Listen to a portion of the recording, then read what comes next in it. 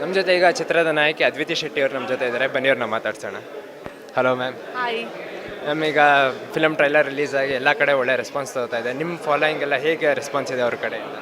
I think already song release ಆಗಿದ್ದಾಗಲೇ ಸಿಕ್ಕಾವಡೆ ಸದ್ದು ಮಾಡ್ತು, ಏನು ಚಂದ ಕಾಣಿಸ್ತಾವಳೆ ಸಾಂಗ್. ಯೂಟ್ಯೂಬಲ್ಲಿ ಸಾಕಷ್ಟು ವ್ಯೂಸ್ಗಳು ಹೋಗಿದೆ.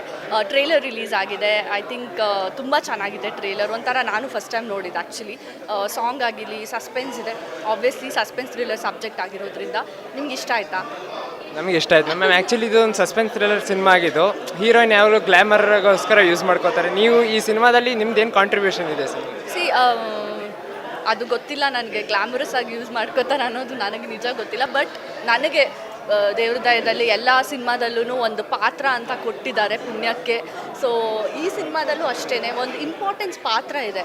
ಅಂದರೆ ಸುಮ್ಮನೆ ಒಂದು ಏನಕ್ಕೋ ಯೂಸ್ ಮಾಡ್ಕೊಂಡಿಲ್ಲ. ಫಾರ್ ಶ್ಯೂರ್ ಎಲ್ಲ ಪಾತ್ರಗಳು ಯಾವುದಾದ್ರೂ ಒಂದು ಸೀನ್ಗೆ ಕನೆಕ್ಟೆಡ್ ಆಗಿದ್ದಾರೆ. ಸೊ ಹಾಗೆ ನಾನು ಈ ಚಿತ್ರದಲ್ಲಿ ತುಂಬ ಹಿರಿಯ ಕಲಾವಿದರ ದಂಡೆ ಇದೆ ಮ್ಯಾಮ್. ಅವ್ರ ಜೊತೆ ನಿಮ್ಮ ಸ್ಕ್ರೀನ್ ಶೇರ್ ಮಾಡಿದ್ದು, ಅವ್ರ ಜೊತೆ ಎಕ್ಸ್ಪೀರಿಯನ್ಸ್ ಹೇಗಿತ್ತು? ತುಂಬ ಖುಷಿ ಆಯಿತು. ಯಾಕಂದರೆ ಆ್ಯಕ್ಟರ್ಸ್, ಸೀನಿಯರ್ ಆ್ಯಕ್ಟರ್ಸ್ ಅಂತಲ್ಲ, ಪ್ರತಿಯೊಂದು ಸಿನಿಮಾನೂ ಹೊಸ ಸಿನಿಮಾ ಥರ ನಾವೊಂದು ಕಲಾವಿದರು ಕಲಿತು ಮಾಡಬೇಕು.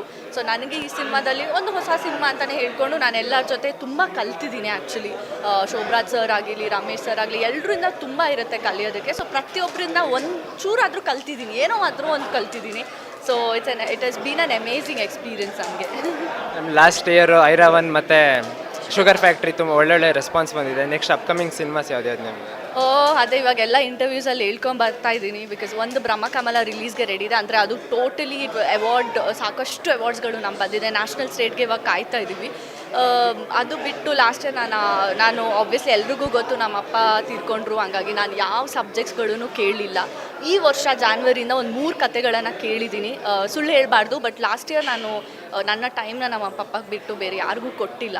ಹಂಗಾಗಿ ಈ ವರ್ಷ ನಾನು ಮೂರು ಸಬ್ಜೆಕ್ಟ್ ಆಲ್ರೆಡಿ ಕೇಳಿದ್ದೀನಿ.